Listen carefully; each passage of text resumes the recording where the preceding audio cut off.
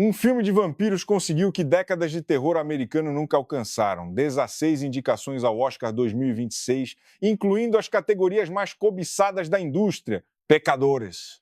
Dirigido por Ryan Coogler e estrelado por Michael B. Jordan, em papéis duplos como irmãos gêmeos, chegou às telas brasileiras em 17 de abril de 2025 como um dos grandes eventos cinematográficos do ano e saiu das salas de cinema com um rastro de discussões que ainda não terminou. Quando a lista de indicados ao Oscar foi divulgada, o nome do filme apareceu repetidas vezes na tela e o mundo do cinema parou para entender o que acabou de acontecer. Se você acompanha o Oscar, gosta de entender como um filme atravessa a barreira do gênero e vira fenômeno cultural, deixa o like, se inscreve no canal e comenta aqui embaixo a sua opinião. Pecadores merece essa consagração ou é exagero da temporada? O ponto de partida de Pecadores não é simples de resumir sem tirar o prazer de quem ainda não assistiu, mas o essencial é este. Dois irmãos gêmeos retornam ao Mississippi profundo dos anos 1930 com planos concretos de reconstruir suas vidas longe da violência que os cercou. Eles carregam dinheiro, ambição e uma história comum de sobrevivência num ambiente onde a cor da pele determinava o que um homem podia ou não podia ser. O que o filme coloca na mesa desde os primeiros minutos é uma pergunta que não abandona mais o espectador. Qual é o preço real de tentar viver livre dentro de um sistema que não foi construído para isso? A resposta começa a se formar ainda no primeiro ato, quando o incidente que dispara tudo entra em cena de forma abrupta e violenta. Um elemento sobrenatural é introduzido não como susto barato, mas como força que representa algo concreto, uma ameaça que existe fora das regras normais do mundo e que, ao mesmo tempo, espelha com precisão o que já existia dentro daquele mundo. Os irmãos fazem escolhas nos primeiros momentos de crise que definem quem eles são. E o roteiro já planta nessa fase pelo menos 3 detalhes que só vão fazer sentido completo muito mais tarde. À medida que a narrativa avança, o vampirismo começa a mostrar sua lógica interna. Ele não age de forma aleatória. Ele tem condições, gatilhos, formas específicas de atrair suas vítimas e, o mais perturbador, ele seduz antes de destruir. A primeira grande perda do filme acontece em momento de falsa segurança, quando os irmãos acreditam que entenderam as regras do jogo e que podem vencer dentro delas. Esse primeiro golpe é calculado pelo roteiro para elevar os riscos a um nível de onde não tem mais volta tranquila.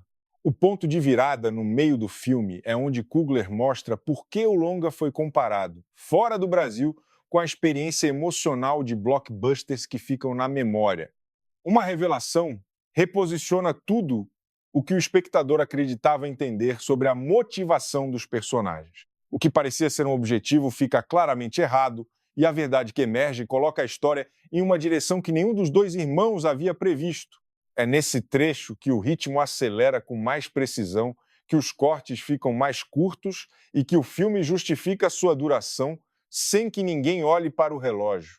A segunda metade carrega o peso de escolhas morais que não têm resposta confortável. Os irmãos enfrentam situações em que a decisão correta e a decisão humana não são a mesma coisa. A relação entre eles, que parecia sólida como estrutura narrativa, começa a rachar sob pressão e o filme não poupa o espectador desse processo. A traição, a sacrifício, ao momento em que um dos personagens perde aquilo que mais importava e que, olhando em retrospecto, o roteiro já havia sinalizado desde cedo. Esse ponto de queda é filmado com uma crueza que explica boa parte da reação emocional que as sessões provocaram. O confronto final reúne os fios soltos com uma precisão que poucos filmes de gênero conseguem. Quem enfrenta quem, em quais condições e com qual preço sendo cobrado na hora está alinhado com tudo que foi construído antes.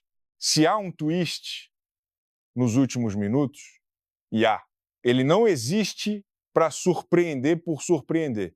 Existe para fechar a frase que o filme começou a escrever lá no primeiro ato. O final não entrega a resolução fácil. Ele entrega a consequência. A diferença entre os dois é o que separa um filme de gênero competente de um filme que entra em conversa com a história do país onde se passa. E é aí que está o núcleo do que fez a crítica brasileira e internacional parar para discutir Pecadores de forma diferente de outros lançamentos de terror. O vampirismo no filme não é decoração, ele é estrutura.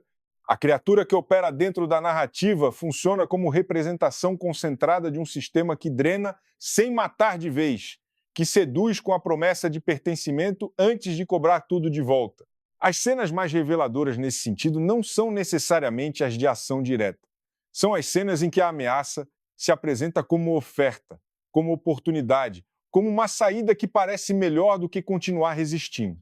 Pelo menos 2 ou 3 sequências do segundo ato são construídas exatamente nessa lógica, e quem assiste sabendo disso percebe camadas que uma segunda sessão revela com mais força ainda. O fato de os personagens não vencerem de forma absoluta, se é que vencer é a palavra certa para o que acontece no final, não é falha narrativa, é escolha. O roteiro parece dizer que dentro de determinadas estruturas não existe vitória limpa, existe sobrevivência com custo e que reconhecer isso é mais honesto do que oferecer uma saída que o mundo real nunca ofereceu para as pessoas que aqueles personagens representam. É uma posição incômoda para um filme mainstream sustentar.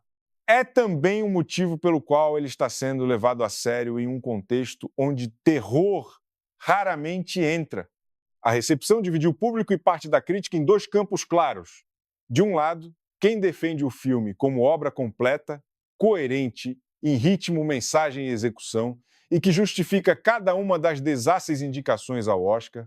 Do outro, quem argumenta que a segunda metade perde força em relação ao que a primeira prometia, que o simbolismo às vezes empurra demais a interpretação e que o resultado final, apesar de sólido, carrega a marca de uma ambição que não foi inteiramente realizada. Nenhum dos 2 campos está inventando argumentos. Os 2 estão respondendo ao mesmo filme com expectativas diferentes sobre o que um longa assim deveria entregar. O que não está em disputa é o impacto. Pecadores chegou ao Brasil em abril de 2025 com campanha de circuito comercial. Estreou com sessões cheias e reação de boca a boca que alimentou semanas de debate.